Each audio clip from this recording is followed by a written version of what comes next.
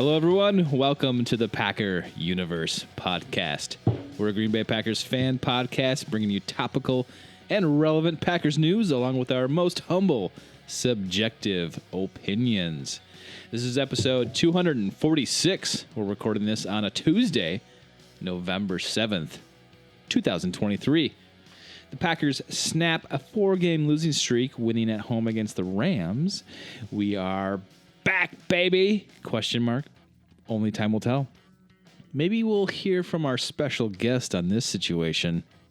I'm your host, Tay, and joining me in studio tonight is our one and only Ren. What up, Tay? I didn't get the whole PPPP. I don't know what you say every time introduction, but how you doing on a Tuesday as opposed to Wednesday? We are 1 week into November, and the holiday season is upon us, and it's going to fly by, much like we're through half the season, and the rest of the season is going to go as well. Yeah. Pretty fun game on the first take. We got to talk about it a little bit. Yep. Hey, it's nice to get a dub. The Packers did a lot of things pretty well on Sunday today. They did, and it feels good. Like, are we overconfident now? Maybe, but at least we should take some solace, some positive, directional things from this game, and I think we all can. I don't know. A W goes a long way. They did some things that showed us they have some competence back. Right. And I think that is the key. Yes, the Packers were never playing from behind, so they had that going for them. And if they can put themselves in those situations more as the season progresses, maybe they have a chance here, because playing from behind clearly hasn't worked. When they get ahead and they get out in front, they have a better chance. So yes, they did some great things. Ren, the holiday season is coming quickly. That can put some pressure on gift giving and gift buying, but just head over to the Pro Shop, and they got tons of stuff there. There's gifts for everybody. No, we're not a Packers Pro Shop sponsor. They don't sponsor this podcast, but not yet, at least. Yeah, not yet, at least. But Ren, we did the first takeaway. If you guys miss it or missed this one, we do a first takeaway after most every game with our first reaction. So go check that out. This one was, again, it was positive. Heck yeah! Finally, we got a win. Mm-hmm. Okay, the Rams, they had their backup quarterback. They had their backups, running backs playing. So yes, there was deficiencies on that side of the ball. The Rams were not in a good place. However, that's an opportunity for the Packers to pounce on them and to dominate the win, and they did. So, can you take away complete confidence from this win? No, but it definitely, there was a lot of positive aspects to this that you can, build upon. And that's what we hope here with that 100%. Win. So, you got to feel good about that. Whether you think Jordan is it or not, whether you think Matt LaFleur's got a handle on this team or not, that win was good for them. And both guys, Tay, if I may interject, did things really well. Jordan played within himself. Obviously, that 115.5 quarterback rating, did some really nice things. Finally got some contested catches. Matt LaFleur on his part used a ton of motion, had a lot of interesting play design. Obviously, did say in the postgame presser, we talked about that really fun play with the running backs moving different ways, and then obviously opening up the middle. Hollywood, they're calling it Hollywood, right? But LaFleur did. He was honest and said, "I did steal that from another organization. It was not his original play design." Okay. But again, they looked at what the Rams didn't do well on defense, and they ran a lot of motion to basically get out of and make the Rams uncomfortable, and had a lot of good play design. So that part is fantastic. You like to see that. In addition, I mean, again, we all worried throughout the course of the week with the Rasul trade. They all seemed down. I mean, he was a really good friends with Aaron Jones. We know that he was, mentoring Jordan Love with regard to a veteran presence. Anytime you remove a leader of a football team, Tay, it's not a good thing typically. But they all seemed to respond on Sunday, which was great. The young defensive secondary. I mean, you're missing Rudy Ford, who actually is rated one of the best lockdown safeties as far as completion percentage goes in the NFL. I think he's number 2, Tay, which is crazy, even though he didn't play on Sunday. The defensive secondary with their young guys, with Anthony Johnson Jr. getting his first pick in his first start. You saw Corey Valentine, who was picked on, or excuse me, Carrington Valentine. I got Corey Valentine. You know, they straight, right? Yeah. It's easy to get that one not straight. But that said, Valentine, who's been picked on throughout the course of the preseason and the regular season when he's played in spots, had a great game. I mean, he was flying all over. Listen, in his gains, Isaiah McDuffie, Tay, that guy comes in, he spells our guy, Quay Walker. Dude's just moving sideline to sideline, playing fantastic football. Yep. You saw good things from Kobe Wooden. You saw, obviously, Rashawn Gary get a little out there. You saw Slayton play decent. You saw Wyatt play. They did a lot of good things throughout that entire defensive unit that made you feel good. Again, you held the team, regardless of a backup quarterback, under 200 yards. And you know, you get 3 points in a game. Anytime you hold any team in the NFL, these are NFL players to 3 points. Aaron Donald was out there wrecking stuff up, doing his normal Aaron Donald stuff. The offensive line actually seemed to respond even in the run game, which is crazy. That happens. Like they're moving guys forward when they're blocking in the run game. What's that about? So it just really seemed to work really well. I was there again with my youngest, got his first W in his first game at Lambeau. It was fantastic. He was really into it, and he was stressed out, I could tell, and he loosened up throughout the second half. He's got a little father in it. like my father before me, yes. It's one of those things, Tay. It's an unfortunate genetic piece. But that said, again, I think that was probably their most complete game since the Chicago game. And hey, it's nice to have it for a week. Will that continue with the Pittsburghs, the Chargers, and then, you know, Detroit Lions? Give thanks to the Pilgrims on Sunday morning in a few weeks. It's going to be a little brutal, I think. But, the best thing you'll have is the meal that day. Hey, and maybe some argues with a drunk aunt or uncle. You know, hey, you know, just goes with the territory. Well, I mean, I don't have too much to say about this Rams game besides like this was a good opportunity for them to gain some confidence and move forward with their team. And, you know, like the locker room's not breaking down, right? Mm-hmm. And we thought it might after the Rasul trade, but it didn't. And that is it's such a positive indication about this team that the locker room is still intact. And they didn't fall apart. I mean, they could have, Tay. I mean, given they had 4 straight losses, they hadn't won in almost a month and a half. We throw that bye in there. They didn't fall after that. And I really thought they might, to be honest. And so it was nice to see that. You know, this is usually the part in the podcast where we kind of like, you know, go into how we feel about the Packers and where we think this team is at. And oh my gosh, they lost 4 games in a row. What's happening with this team? But we don't have to do all that work, Rem, because we have a special guest tonight. And we've got a friend of the podcast back, and we interviewed him just a minute ago, and it was awesome. Yeah, we had a great time, great questions, great answers, and we appreciate, you know, how honest and open he is about those answers that I don't think a lot of the universe has an opportunity to really get with regard to the inside of the Green Bay Packers organization. And, you know, I'm sure many of you have guessed at this point, it is our friend Rob Demovsky, and we sat down with him tonight, asked him some good questions about the Packers organization, maybe where things are at, and we do talk about a lot of where the team is currently at and how they're performing, and maybe looking ahead to some scenarios in the future that might, you know, offer some question marks and some speculation. So, Ren, let's just get into it, right? Absolutely. Yeah, let's go. So without further ado, here is our interview with Rob Demovsky.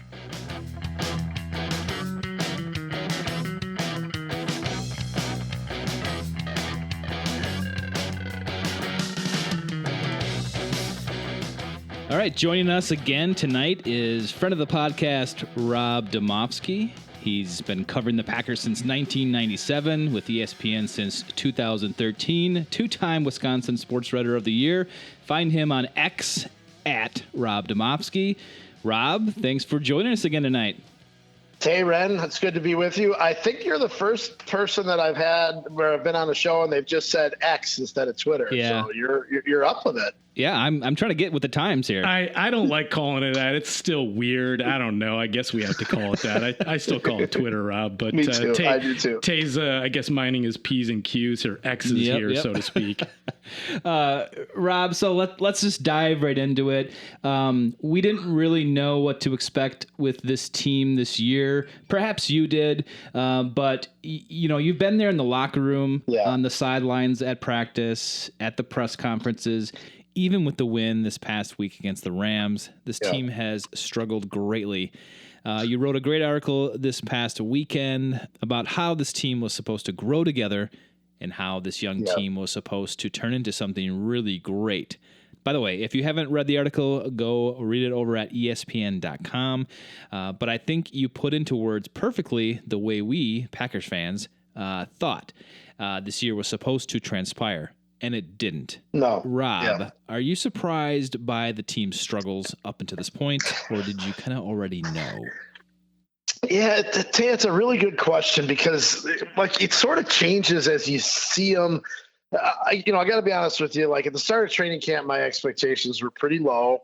I don't know that a ton changed, although, Love seemed to handle himself pretty well. And, in training camp, Luke Musgrave made tons of plays on offense. And, Romeo Doubs looked like he had developed this chemistry with Jordan Love, and obviously having Aaron Jones back, healthy. You thought, okay, well, maybe they got a chance. Then they go and beat Chicago. Let me back up. I thought going into the season, I thought they could win 7 or 8 games. Then they go to Chicago and they put up, 30-some points and look pretty good. And, then the next week they were up 24-12 against the Falcons. And even though they lost that game, I thought, okay, it's not too bad. And I thought, well, maybe they can win 9 or 10. And then sort of, reality sort of set in and they struggled. And, I guess I'm kind of back to maybe they win 6, 7, maybe 8 games this year. But here's the thing. Like I was talking to somebody in the NFL last week, right after the trade deadline. And of course they traded Rasul Douglas, which obviously didn't help them for this season.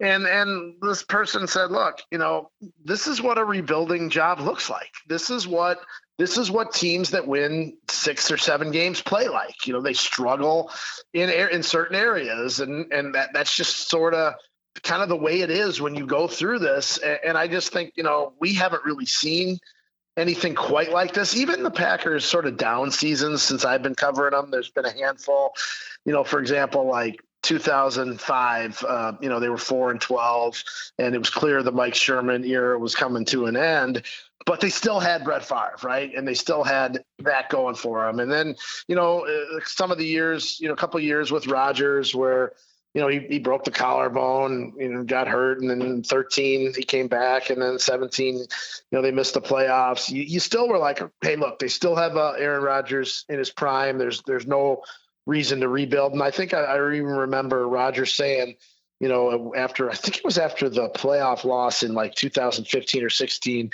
he was like, look, I don't want to rebuild. Let's just reload. And really that's sort of what we have seen around here for the most part is reloading.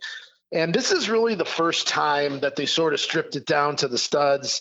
And so I think it comes as a little bit of a shock to a lot of people, myself included, who are around the team that, this is just sort of different and doesn't mean that it's not going to work out. Doesn't mean that in a year or two, we're going to look back and say, boy, those guys really did grow together. But that was their plan. And that was sort of the gist of that article, Tay, was that like Brian Gutekunst after the draft said, look, we got all these young guys, but if all goes well, they grow together. And in a year or two, these guys have built sort of a chemistry, which is, in theory, it sounds good. But if they don't grow together and then you've got to start over again, then where are you without any veteran sort of presence? And, I'm not necessarily, I wasn't one that said, oh, you got to go out and sign a veteran receiver and a veteran tight end to give Jordan Love some help. I mean, it would have helped, but I don't know that it would have it would help them this year, but would it have helped build anything, for the long term? The only thing is, as we sit here halfway through the season, we can't answer the one question that this season, in my opinion, was all about, and that's, is Jordan Love the guy? And, right now we just can't answer that. And the concern now is that because they've struggled with all these young guys, that they won't have that answer by the end of the season. I asked Brian Gutekunst that specifically. I said, do you think you're going to have to go into next year before you know whether Jordan Love is the guy? And he said, I hope not. He hopes to find out something in the 10 games. And obviously the 10th, the start of that was St. Louis. St. Louis. I still do that. The Los Angeles It's Rams, easy to do, man. Yeah. Los Angeles Rams on Sunday. Yeah, actually, Rob, that's funny. One of my questions up here, in the offseason, Mark placed that 8-week or so timeline on Jordan to have a good idea. Do you think that's really, clearly you kind of answered part of that question, but do you think it's really been enough time, or does he need the whole season and potentially parts or holes of 2024 for them to really know at this point with all the disjointedness with the young guys? Yeah, good question, Ren. That is something that, I think is interesting to look at. In fact, I been doing some research the last couple of days on just what it was like in 92 with Favre and in 08 with Rodgers. And, their statistical numbers through 8 games aren't really all that different. In fact, I'll have a piece going up on ESPN this week. Okay, nice. Favre and Rodgers were 4-4 through their first 8 starts. Now, Favre's a little bit of a different case because, if you remember, he didn't start the season as the starter, so it wasn't like he had off season. Mikowski got hurt in week 3, and Favre started, from there on out. But 8 starts in 92. Favre was 4-4. He only threw 9 touchdowns and 7 interceptions in that stretch. Love has 12 touchdowns, 8 interceptions. Rodgers through 8 games was 4-4, and he had 13 touchdowns, 5 interceptions. Now, the biggest difference between those guys is completion percentage. Rodgers was around 64%, and Favre was almost 65%. Love is down at 59.6%, which is the lowest of any of the qualified quarterbacks. Qualified meaning they've played enough snaps to count in the league leaders. So that's the biggest concern. But again, how much of that is Jordan Love? How much of that is the guys around him, drop passes? How much of that is, you haven't had your best offensive lineman for most of the season in David Bakhtiari. You didn't have Aaron Jones for good portion of the first half of the season. So, it's and then here's another thing that I don't know how old people, if people who are younger than me will even know this story, but Favre takes over in 92.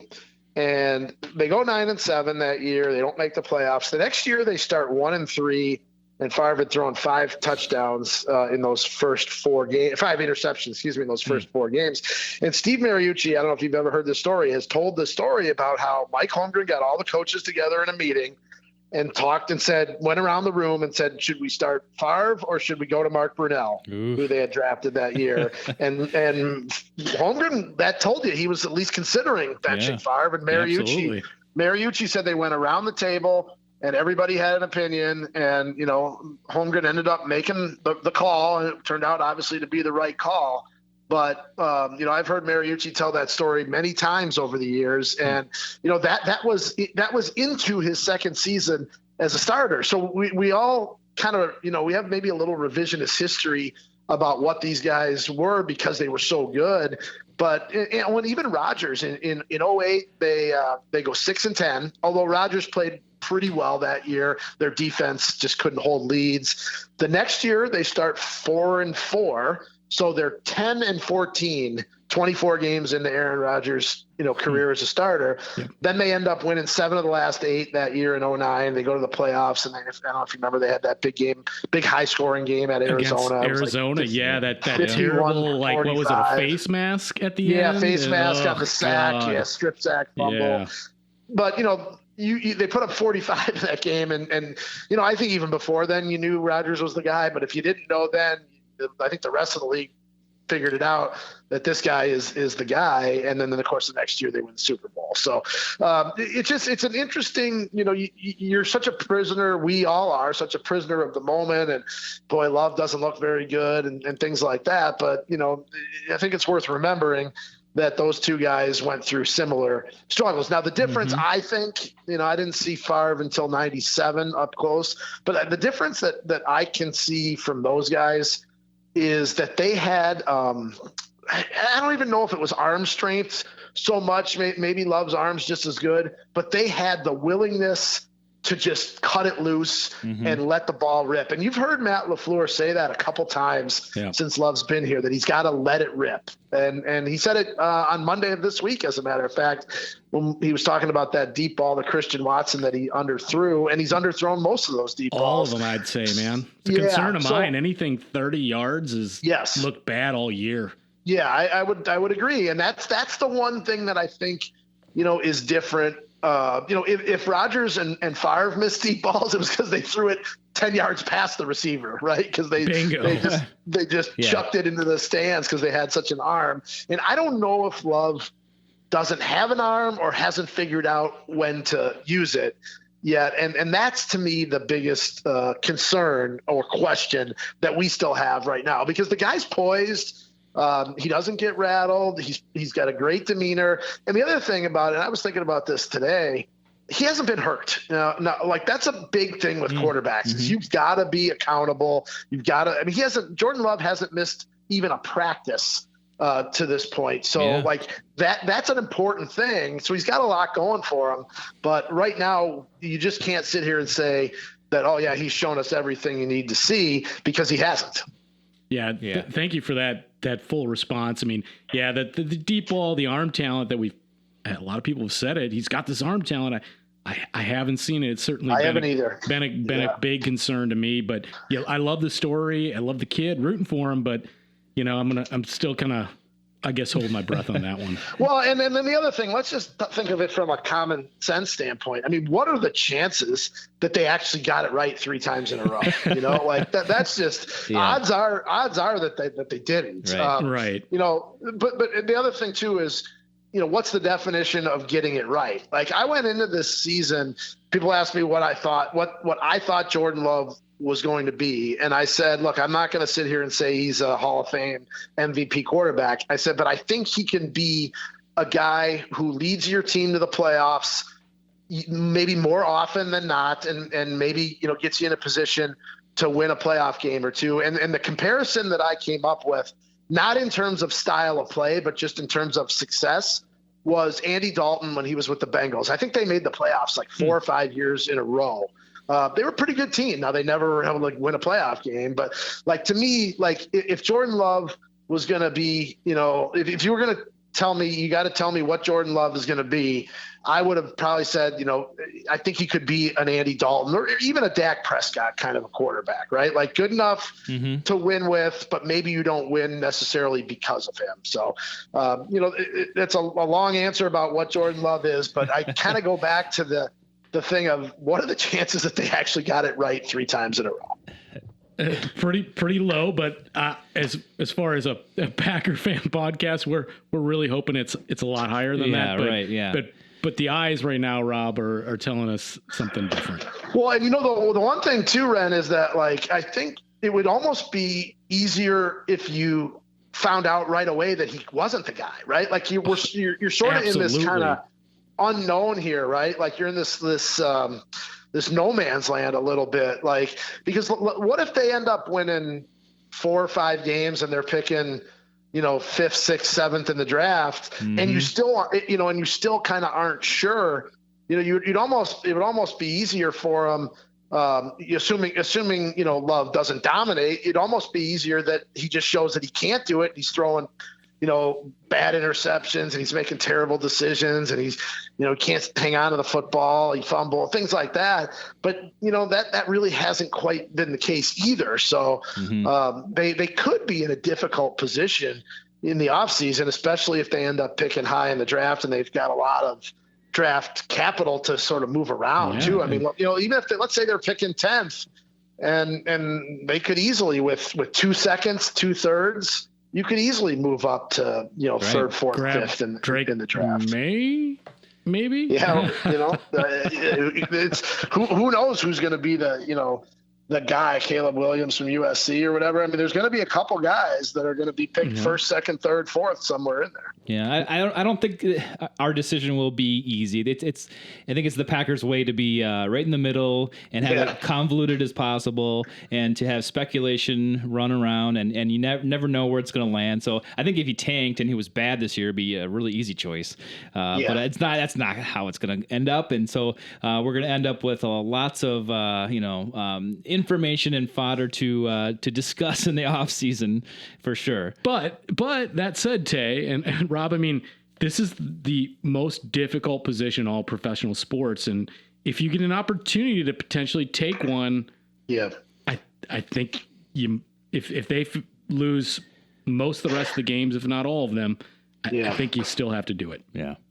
Yeah. The question is, everyone says, do you take a quarterback? Well, it's where do you take them, right? Like, I mean, if you're picking in the top 5 or 6 and you take one, then that guy almost has to be the guy, right? But if you take one at 35 or wherever you're picking in the second round, then maybe he doesn't have to be the guy. So I think that's kind of the quandary that they might find themselves in here in a few months. Yeah, I am not thinking Jordan is necessarily the answer, but I'm not, hanging him out to dry and want Clifford, in. So I think the jury is still out with most of the Packer fans, and all we really wanted was a game manager, but the rest of the team really has to play a lot better and be better in order for us to critically analyze Jordan, and we haven't gotten that yet. Yeah, if you're going to be a game manager, you better have something dynamic around you, like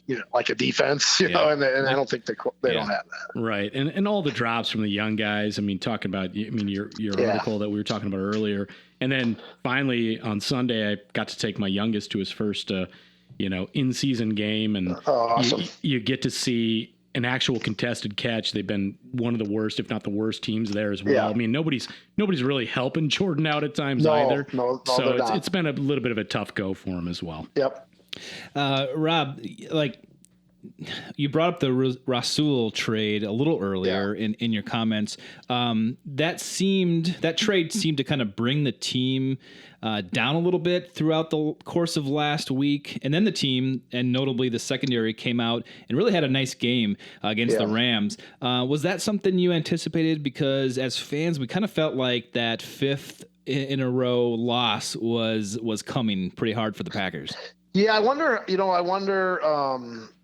if the two are related in any way. Obviously, the secondary played pretty darn well last week. However, the quarterback that they played, I believe, got cut this week, right? Brett Rippon is pretty sure the Rams dumped him. And if they didn't dump him, they definitely demoted him because they signed Carson Wentz, if I'm not mistaken. Okay, I'm not aware, but we're getting some breaking news here on the podcast. So that's everything that happened on the defensive side of the ball is with the caveat that they played, they did not play Matthew Stafford. They played Brett Rippon. So, the thing about the Rasul trade that surprised me a little bit, not that they moved somebody, but that they moved a guy at a position where they weren't really overly strong. Like, had they traded Preston Smith, I could have seen it because, okay, you drafted Lucas Van Ness in the first round. You have obviously you just paid Rashawn Gary. You have some one stud and a guy who you drafted to be a stud at that position, or even Devondre Campbell. You have Quay Walker, you have Isaiah McDuffie. You got some guys there. The Rasul one caught me off guard just because cornerback. There was not very deep there. Right.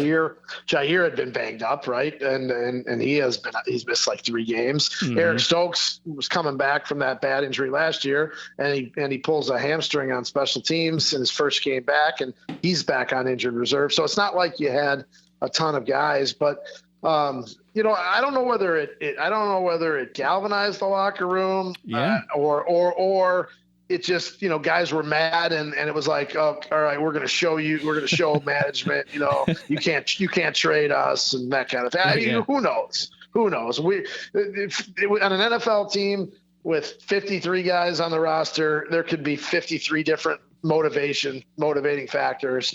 But it was certainly an interesting week for that, not only the trade, but then, Brian Gutekunst held his once in the season press conference that he's required to do. The GMs are supposed to talk once during the year. Okay. And he did it. And there was all the Jordan Love questions. And so it was a really interesting week that had it ended with another loss, I think could have really, sent the season into you might sit there and say, well, I don't know if they're going to win another game. Now, that said, I'm not sure when the next game they win is, because they have Pittsburgh, the Chargers, the Lions, and the Chiefs. And not that the Steelers and Chargers are great, but the Steelers have a great defense. The Chargers have a really talented quarterback.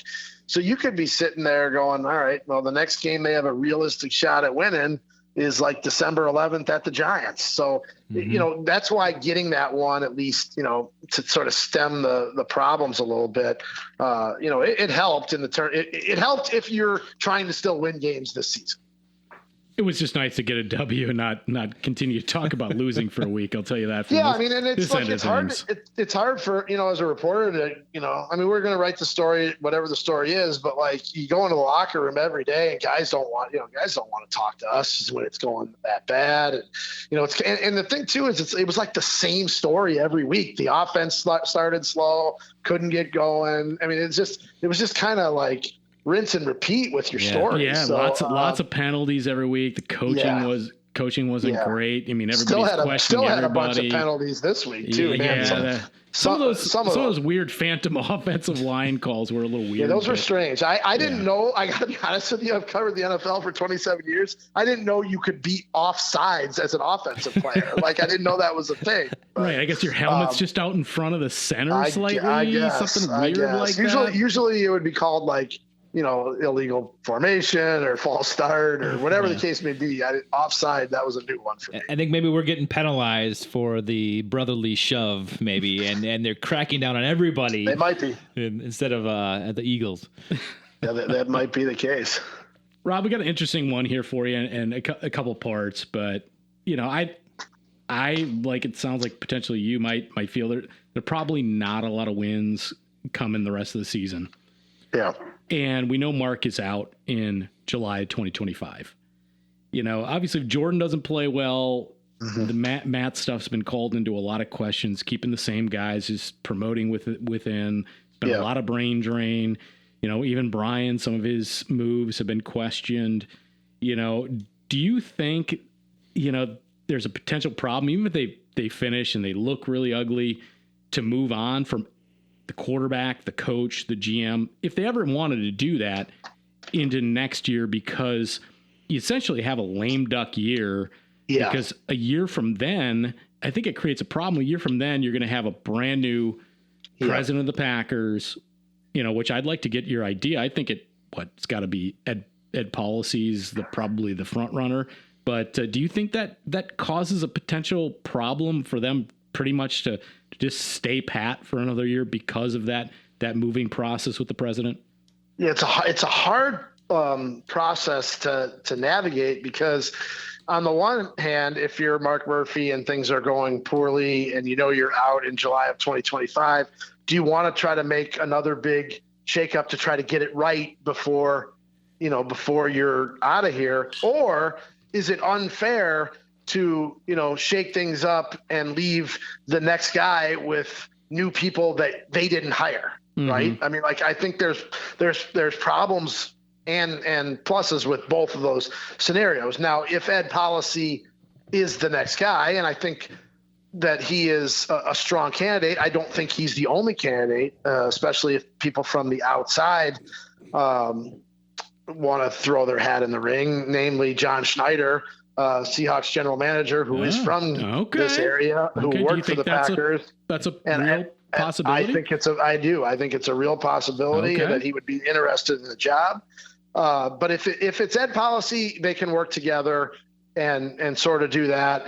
But I don't know if I'm the president and I'm coming in 2025, and in 2024 the guy before me, just hired a new general manager and new head coach that I had nothing to do with. I'm not sure that makes the job as attractive as maybe it would have been if you had control over that kind of thing. I mean, the easy solution is that, they win a bunch of games and the quarterback looks like he's going in the right direction and they don't have to make those kind of changes. But I think we are heading toward the possibility that those questions will need to be asked of Mark Murphy in the offseason. And I do think one of the problems with the structure that Murphy put in place when he hired Gutekunst is exactly this kind of thing, because he has all the authority over both the general manager and the head coach, rather than the general manager having the authority over the head coach. Mark Murphy could hire a new general manager, but not have to hire a new coach, or he could tell the general manager, you need to fire the head coach. But right now, I really wonder if behind the scenes, whether it's now or after the season, assuming things don't go well, how much jockeying there's going to be between Brian Gutekunst and Matt LaFleur on if they can get Mark Murphy's ear to blame the other one, basically. If Brian Gutekunst could say, hey, look, I gave this coaching staff all these first-round picks on defense. I gave them 3 years to develop this quarterback, and they couldn't do it. On the flip side, does Matt LaFleur go to Mark Murphy and say, hey, Goody gave us this roster. They were young. We had no chance with these guys. Nobody could have won with this group. And if that's the case, that's a real problem organizationally. If you're the president and you've got these guys coming to you and each one's blaming the other side, then what do you do? And then you have to live as bedfellows for potentially one more year, and you've got that kind of infighting. That could be. Yeah, but the silos are gone, Ren. Everything's taken care of. So Mark took care of all the silos. Yes. He's on top. Yeah, right. There's one silo and it's got Murphy in it, and everybody else is on the outside, I think. That would be worst case scenario if it was Brian v. Matt. That would stink. Thanks for your answer. And I'm not saying that. Yeah, I'm not saying that's happening or will happen, but it is a thing that could possibly be something that causes a problem. Ooh, that's heavy stuff, Rob. That's heavy stuff. Appreciate that answer. And the John Snyder thing, that's interesting. Very anecdote. Interesting. Yeah, I've never even thought about that or heard that. So maybe I'll. Mr. DePere, though, John Schneider, obviously, What if Mike McCarthy gets fired in Dallas and then he wants to come back and be president of the team? Mike McCarthy still lives here. Has a house here. His wife's from here. He's still in what? Door County? He's still got a place? Yeah, he's got a place in Green Bay and in Door County. What if Mike McCarthy threw his hat into the ring? Who knows? I don't know if he's going to know if it's a Thursday, a Wednesday, a Friday, or a Monday, Rob. That's my mic. I apologize. We'll see. That one I'll have to think a lot about before I commit to liking that move. So let's move away from football, Ren. Because we like to get to know our friend here on the podcast, Rob Demovsky. Yeah. Rob, we're here. It's holiday season, so you got Thanksgiving, you got the turkey, you got all the fixins, and then you got Christmas. A lot of people go with the ham, or maybe a prime rib, or some people really throw it out of the box, some king crab legs. What's your favorite holiday dish? Your main dish, and then maybe a side dish that you're like, man, that's my go-to. Be it the green beans or what have you. What does it for Rob? I got no holidays this year because the Packers play at Detroit on Thanksgiving. They're at Carolina on Christmas Eve. That means I'm not back till Christmas Day night. Jeez, Rob. And then New Year's Eve, they're at Minnesota. So I got the triple whammy. I gotta be honest, I'm not a huge Thanksgiving guy, and I know that's probably un-American or whatever, but it's just, I don't know. It's not, and I'm certainly not a fan of the Ford Field Thanksgiving because having covered several games there, I can tell you this. The turkey tastes exactly like the mashed potatoes, which tastes exactly like the stuffing, which tastes exactly like the bread, which tastes exactly like the paper plate that you're eating. Nice. There's like 3 times in my NFL career, reporting career, that I've gone to the concession stand to buy something other than what was in the press box, and one of them was on Thanksgiving at Detroit. The Detroit Thanksgiving food was so bad that I just bought like I don't know, corned beef sandwich or something from the concession stand. I will say this: like we always do on Christmas Eve, we always do like a bunch of hors d'oeuvres. We'll do the shrimp cocktails, we'll do the beer dip, we'll do the artichoke dip, like that. We're big. And my family, my wife and I, we were just talking about this the other day. We go out to dinner quite a bit, but I think we couldn't remember the last time we went out to dinner where each of us just ordered an entree.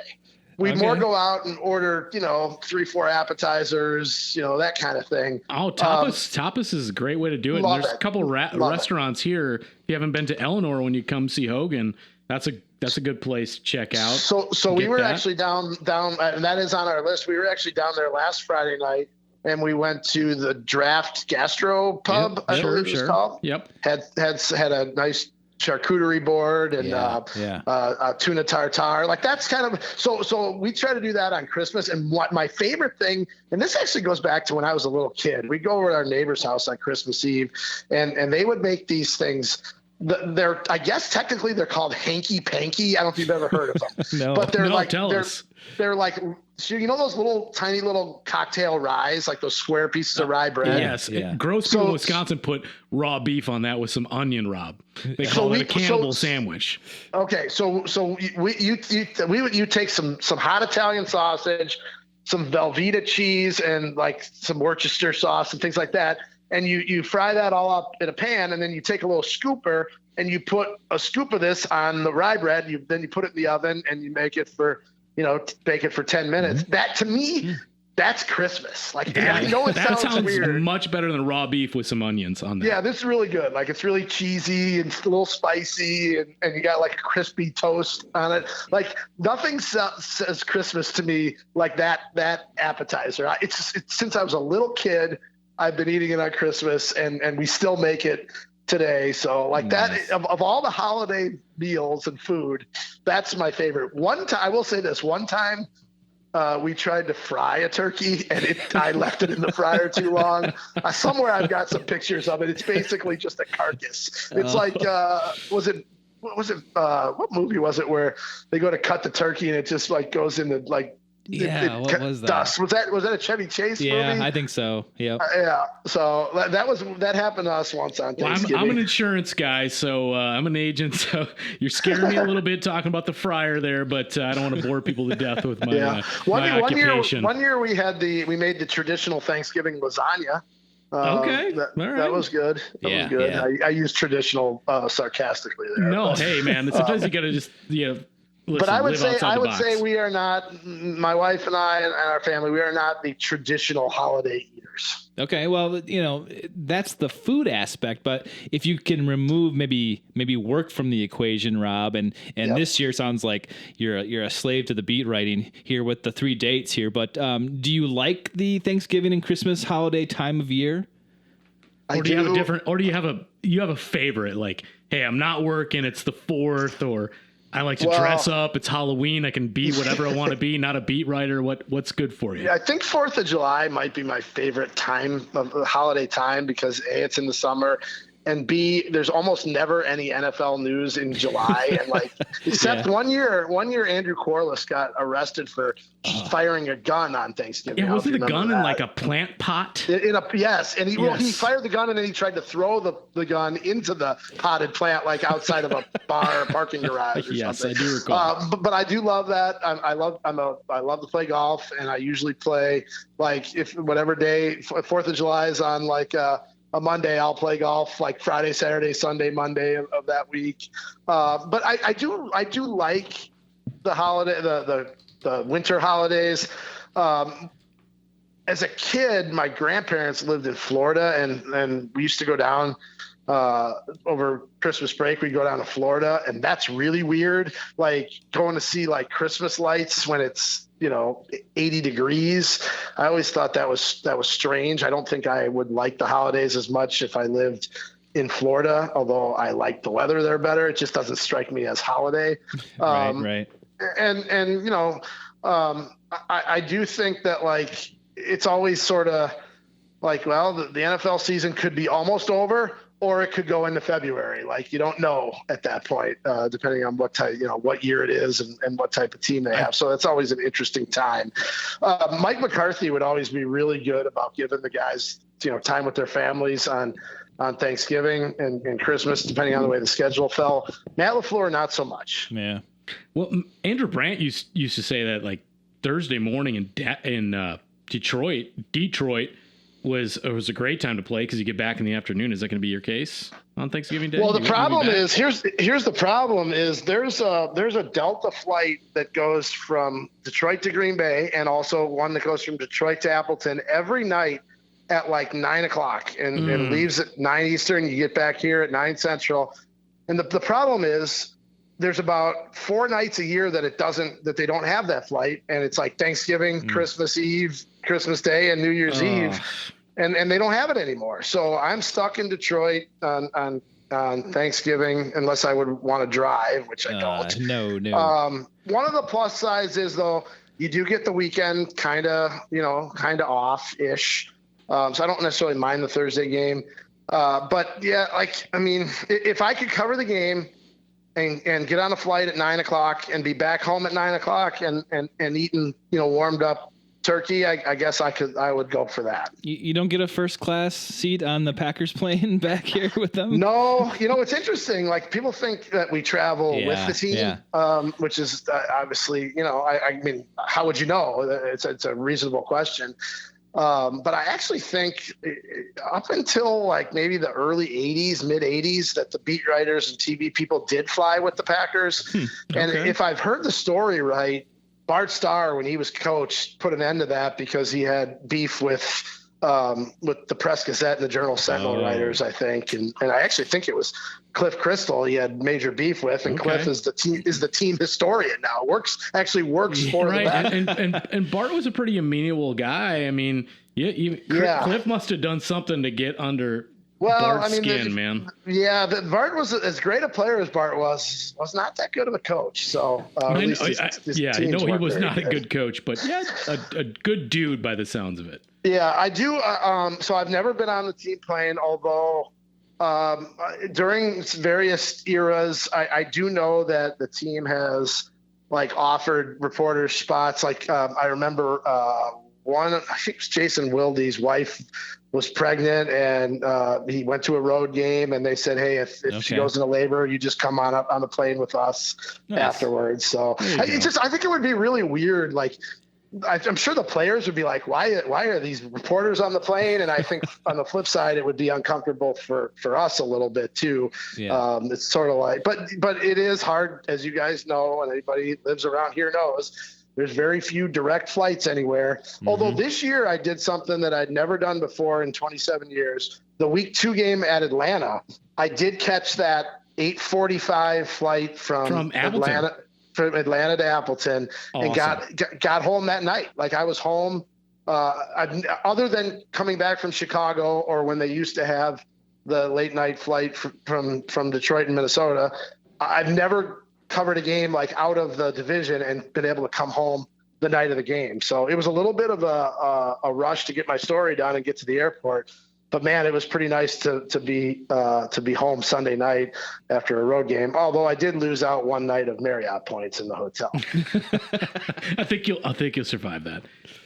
Rob, so music, you and I share that, and Taylor could have been a studio drummer and been doing that on a lot of different albums for a lot of different folks, but it works for Pixel Pro Audio. We'll throw a little shout out downtown Appleton if you ever want to bust in their amazing gear and stuff. But any shows on the horizon you're looking forward to? I know it's kind of a quiet time of year. What do you have going on with I know Packers is work, but more passion. I always try to look. I always try to look at road trips and see if there's any shows. The last one that I did that coincided with a Packers game, I think it was in New York in, I think 2018 or 19. I saw Ryan Bingham at this little dive bar in Garwood, New Jersey called Crossroads. That's and perfect. Ryan Bingham, I don't know if he's just kind of he's a really kind of soulful, folky, great acoustic guitar singer-songwriter. That was the last time I actually saw like a band or an artist while I was on the road for work. I missed the Gaslight Anthem show in Madison this year because that was on the Sunday of, I think, the Saints game. You told me your wife got to go, though, yeah, which my is wife great. went. I am loving the new album, History Books. It is good. Which is very good. I agree. Yep. So I don't know. I'm gonna, hopefully, one of the things I've always wanted to do was go to Frank Turner's like 4-day music festival called Lost Evenings. Next year it's in Toronto. Okay. And it's supposed to be a good food city too. All right. Toronto's a great city. And one of the guitarists and used to be the guitar tech for the Gaslight Anthem, Ian Perkins, who is now actually in the band. He's he's the guy that kind of stands in the back, plays guitar, and doesn't get any recognition on any album covers or anything. Place to be, man. But he lives in Toronto, and he has told me that I've got a place to stay. I met Ian years ago at Summerfest, actually, of all very cool things. So I really would like to. I would like to go over, go to see that. But I don't know. I need to kind of expand my horizons. I haven't seen anybody like new that I hadn't seen before. Like it's all repeat shows. So I need to find someone that I've never seen and go to a show like that. I need to add something to my repertoire. I tell you what, you need to come down here, have a beer or two with Ren and Tay and down in Appleton. You go see Hogan. We'll talk some food. We'll share some music notes over the years and give you some additional things, and you can provide that to us, and we'll share a little bit of that. I'm going to the Sylvie in December with my wife, Liz Fair. You might be familiar with the 90s. She's playing the entirety of Exile and Guyville. So a little bit more her choice than mine, but no, I still enjoy Liz very much. So it'll be fun to hear that album in its entirety. But I don't have much, usually things kind of pick up, February, March, April, May, when some of the stuff gets back on the schedule. So I kind of watched the whole Turner Hall Pabst Theater group. They got a new venue and they're just kind of adding stuff all the time. Have you guys ever heard of a guy, an artist? I don't know if it's a band or just a solo called Pedro the Lion. Oh, very familiar. Yeah, I think Tay has seen Pedro the Lion a couple times. So someone someone kind of gave me that, and I've listened to just a little bit. So that might, I need to dive into that a little bit more. That's like mid-90s indie rock. Yeah, good stuff. Okay. On the Jade Tree album, they came out early. There was a lot of indie stuff at the time, very underground stuff. So that's great stuff. Where did you hear about that? I can't remember. I'm not sure. I don't remember, but it was someone who had similar taste in music. I'm pretty sure, but I guess I didn't know that person was. I don't know if they're still making music or not making music anymore. But so that would be kind of if it's an old act that's no longer touring, then I definitely need to find something that's current. But I don't know. It's hard. Yeah, they got back together in the late 20-teens, but it could be one of those things where they get back. Bands like this, they kind of recircle back a kind of a fun pop punk band we love called the Zoinks. Scooby-Doo reference there. Yeah. They hadn't played together, I think, in 25 years, and suddenly we see them popping up in a couple shows out west. It might be a trendy thing Western now, right? US. Yeah. So you never know. So get into stuff. You never know where they're going to pop up. And Bouncy Souls is fantastic. Bouncy Souls, I saw them like a couple of years ago when they sort of kind of started going out on the road. I think they hit the rave in August this year and missed them, unfortunately. But there's look for them to come back. A lot of these bands are doing that. So even if you get into it, don't worry about it. They might go out there for a cash grab. Who knows? So. All right. Right on. Rob, we appreciate this greatly. I think we'll wrap this up, put a bookend on this, but we love the conversation. This was great for us. And we just enjoy your insight. We again appreciate this greatly. So thanks for spending a little time tonight with us. We look, maybe give us a little report on how the holiday season went, but it sounds kind of hectic on your end. Yeah. Well, hopefully we can catch up. If not during the season, then right after the season and catch up and see how things turned out. Absolutely. We're looking forward to that, be it if it happens here sometime at the end of 2023 or hey, Happy New Year. Wish you and your family a great holiday season, and we'll catch up in 2024. Would you like to tell the universe? I know you mentioned you're working on a couple things. What do you have going on, Rob? Yeah, the Rodgers Favre love thing should be this week, and then after that, who knows? Let's see how it plays out. I will say this: not that anybody's like turning into SportsCenter just to see me, but I have not been on SportsCenter much at all since about week 3 or 4 of this season, which tells you what the national vibe is on the Packers. Yes, so, I remember you saying that back in May. Like, you don't want to be in the middle. You don't want to, tough. I think I was last on any ESPN television program the day of the Lions game, which was I think September 28th or something. So I haven't taken my suits out of the closet lately. Nice. Well, he's Rob Demovsky, ESPN sports writer for the Green Bay Packers. You can find him on X at Rob Demovsky. Thanks again, Rob, and we'll chat with you soon. All right, guys. We'll be seeing you. Sounds good. Thank you so much, Rob.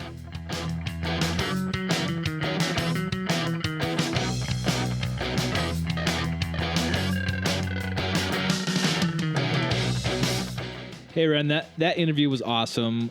We really appreciate Rob for coming on the show. He offered tremendous insight. I mean, that guy's in the locker room. He's at the press conferences. He can see with his own eyes what's happening. With his own eyes. With his own eyes. That's the second I time could use now. that, twice in twice 4 in 1 days, week. That's 3 days awesome. with you. That's amazing. With his own eyes. So I love that we get to hear from someone that is, it's boots on the ground, right? He's there and he can see it. And we always talk about. I mean, you're talking 25 years of boots on the ground with 2 Hall of Fame quarterbacks. Yep. He's been through multiple, coaches, multiple, defensive, offensive coaches, multiple players. I mean, you think about all the people that he's come into contact with throughout the Green Bay Packers organization throughout all that time. I mean, 2-time Sports Writer of the Year. Rob's just a fun dude. It's fun when we get to talk to him and just it's just like talking to a friend, man. It's a great time, and we're super appreciative to be so fortunate to have him on our show. We're a little bit of a DIY podcast, as we know, Tay. Right. We've been doing this since 2017 ourselves, not quite since 1997 like Rob, but we have a lot of fun, and he's just a great dude to talk to and pick his brain, because he is there and has been kind of on the heartbeat of the Packers for so many years. So we're very fortunate and grateful to have had him. We love to talk about, football with him, but we also love to talk about other things in life,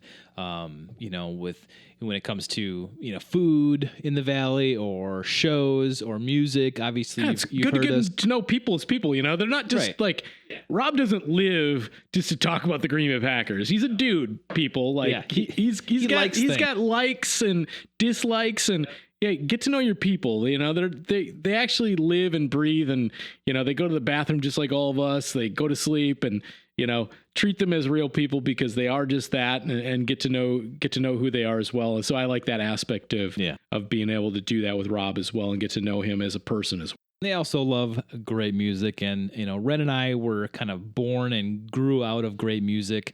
Whether that's subjective, it's subjective, but we, as you always say, our subjective, humble opinions. And that today, is right? our opinion is that punk rock music rules all, but we won't get into that. Indie punk rock, Because, indie rock. Yeah, we're fans. But we come together over the Packers, and we're so thankful to have Rob as a resource to kind of give us some insight here. So that conversation was great. Thank you, Rob. And we plugged him before in the interview, but go follow him on X.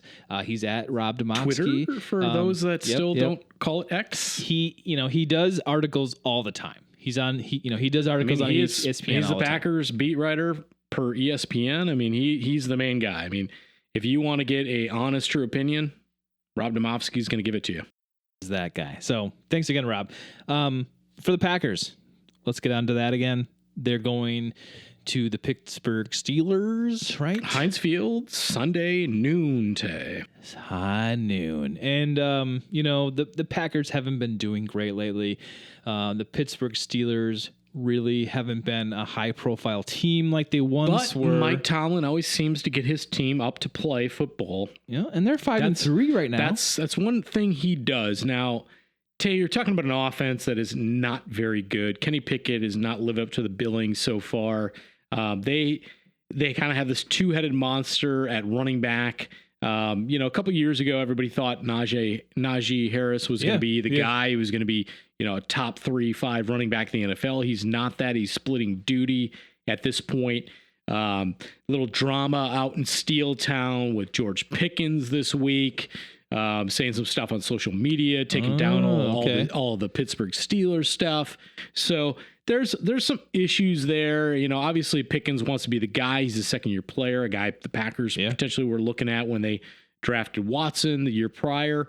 He's a good player, but the offense has been a big problem in Pittsburgh, Tay. This team, you think the Packers offense has been bad. Well, the Steelers offense is worse. It looks like Pickens has 3 touchdowns on the year. That's pretty weak sauce, right? For the number one receiver? It's not great, Tay. I mean, Jordan Love has 1,720 yards passing. Well, Kenny Pickett has 1,490 yards passing. Other people have talked about it. You've heard it all over the Packers sphere, be it, local sports talk shows, other podcasts. We have a Joe Barry problem we've talked about for years. They have a Matt Canada problem on their offense as their coordinator that they want to see this guy go on. So it's kind of like, when there are Steeler guys like Tay Ren, maybe it's Ray and 10 talking out in Ray and Ken. Yeah, right out in Steeler land about, the Matt Canada issue and what's going on. And, the defense there is their strong suit. That's where they thrive. Obviously, you've got a guy the Packers could have taken. They decided to go Kevin King, but they went TJ Watt. This is when you and I got started with the podcast. You know that? I know. This is a dark time. I was begging for it in 2017. We were just young guys. Really, we were in our late 30s, but we were young guys talking about the Green Bay Packers, and we wanted TJ Watt because he was the right fit. He was from Wisconsin. They needed an edge rusher at the time. Absolutely. And now he's wrecking the league, Tay. This guy is arguably a top 3 edge rusher in the NFL, and he's going to cause problems come Sunday afternoon in Pittsburgh because that's what he does week in, week out, and they're going to get after the Packers' weak offensive line. And that's really the piece to watch is the Packers' offense, which is meh, against the Steeler defense, which is very, very good. When we played the Raiders, it was Max Crosby. You got to watch out for that. There's one dude on the defense. And he played pretty damn well. He played phenomenal. He was a sore. He was a thorn in our side. Mm-hmm. So, maybe do we learn a lesson from that and focus on TJ Watt and not let him disrupt? I don't know if you can focus on TJ Watt today. The guy just has the twitch. He's going to get some regardless. But yeah, you got the stats up in front of us. This offense is 28th in passing yards, 25th in rushing yards, and 31st in total yards per game on offense. It's not much better than us, but it's not better it's worse than us. It's worse, Tay. The Green Bay Packer offense is better in every one of those statistical categories. Yeah. It's just that the Steelers are not good on offense, and you understand why Steeler Nation is not putting up with Or I should say Steely Universe. Maybe there's a Steely Universe podcast Whoa. today. Blow your mind, Whoa. yes. Do you think that it matters that it's at Heinz Field? If this was in Lambeau, do you think we have an advantage here? Like, last week seemed like an advantage, but maybe I think it would be a pretty even tilt in Green Bay. I think, the Steelers, based on the way Mike Tomlin coaches his team, I mean, he gets everything out of them. They're 5-3, Tay, and this is a god-awful offense. I mean, you're talking real bad. There's nothing that jumps off the page. And we mentioned Pickens. They have utilized Deontay Johnson more so over the last couple weeks. Maybe that's why Pickens is grousing a little bit, because Deontay is getting all the catches last week, week 7 and week 8. They go with a 2-back set now, and that's Najee Harris and Jalen Warren. And Kenny's just not very good, Tay. I don't think he's the next coming of the next great Steelers quarterback. That's kind of where it starts and ends. They're not going to do a whole lot. So it really comes to, hey, is that same defense we just talked about earlier in the podcast before we had that amazing guest on that, this young secondary picks it up again a second week in a row and shows them what's going on. That defensive front, even without our guy Kenny Clark, who left the game, Hopefully but you were seeing a lot of action with those young guys getting in there. These are kind of where games are won and lost. I think the Packers have a very good chance out in Pittsburgh, to be honest. I just want to. This has been on my mind since we talked about it, or since you brought it up with George Pickens. Can you think of a scenario? Do you think would ever happen in Green Bay where a player would be disgruntled enough to delete any kind of ties to the team? Like if a wide receiver or a tight end or a quarterback or a defensive end, or a DB deleted all their affiliation with the Packers. Do you think that would actually happen in Green Bay? It hasn't. Based on a little bit we learned from Rob today, I don't know if Matt LaFleur would let that fly a whole lot. Somebody might not be asked to come to the whole facility for a week or so. I think they would shut down a lot, but I think Mike Tomlin runs a similar thing there. So who knows what's happened over the last couple days I would think so. With Pickens, because I don't think Mike is going to put up with a lot of that. Certainly respect Mike Tomlin out there. He's a player's coach, but he's a coach's coach. He melds those two things so well together in this new version of the NFL that we're in. So I definitely respect the guy. But again, it just comes down to, does the Packers offense, which is middling, as we know, ranked in the 20s, basically at everything, passing yards, rushing yards, total offense. Do they have enough against a defense that gets after it? And that's what the Steelers have always been known for the last 30 years. Absolutely. Is their defensive prowess. And I'd be a little concerned. I'm not expecting a W out in Heinz Field in Pittsburgh. Do you know the line, Tay? I do not know the line. Obviously, they're getting 3 at home. They are 5-3. So I'm going to go with this Packer win last week. I think that probably helps Vegas say, well, maybe. So I'm going to give them 4.5 to Pittsburgh. It's 3.5 to Pittsburgh. So they're getting an extra bite off the home field 3, but that's it. So okay, well that's fair enough. That's fair. It's almost like a push at that point. When you're getting 3, it's a push if you're home. Sorry, getting slightly over the push. I would expect a pretty competitive game come Sunday. Yeah. We'll see what happens. When we looked at the schedule, this game was kind of like, that's winnable. Sure. Like we thought that it was winnable, and it still is. And 2 weeks ago, we said maybe not. And then they beat the Rams the way they did, and we're like, maybe it's winnable again, Tay. So I think it's safe to say that this is a winnable game. I would agree. And but you're saying you don't think the dub's coming the Packers' way. So what's your prediction on this game? I would go something like 21-18 Steelers. Ooh. It's going to be a tight one. Not a lot of points scored, but I expect the Packers to be in it, until nearly the final whistle. I'm gonna pull it back to some weird score. I'm gonna do 19-17. The Steelers win. Okay, that's a weird one. It's definitely weird. Yeah, I think it's a low scoring game. I think we kind of saw with the Rams that we're able to keep a team down, whether our offense can actually score more than 20 points. I think LaFleur's kept saying 20 points. If our defense can hold them to 20 points or under, we should win the game. Right. Well, that means that you need to score more than 20 points, Matt. It's been a minute, Tay. I think we go to Atlanta the last time they scored 20 or more, and that was week 2, Tay. So the game they should have won, they did not. Lost 24-25. But I believe that was the last time they broke that mark. Obviously, you hit the 20 mark last week. So that to me, that's the key. It's like, can you actually score more than 20 points? And yes, the offense played a better full game against the Rams. Mm-hmm. They were able to score later in the game. Had a better complement of Aaron Jones. Yep. Utilized a lot of motion. Did a lot of more interesting things with the play calling. So they looked at defensive weaknesses against the Rams and had a good game plan for a change. Yeah. Instead of the same thing we saw, like Rob was talking about earlier in the conversation, kind of week in, week out. There was the same kind of, mistakes by, penalties with the young offense, the same kind of blasé play calling, same middling quarterback play, same to below average defensive play. Last week was very different. And if they could play more of a game in that realm, they'll have a shot.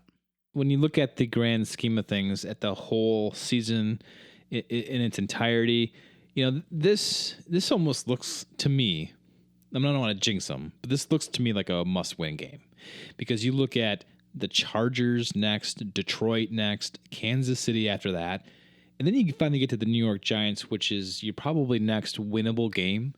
But Chargers, Detroit, Kansas City, those are stacked against you. So to me, this Pittsburgh game is a win.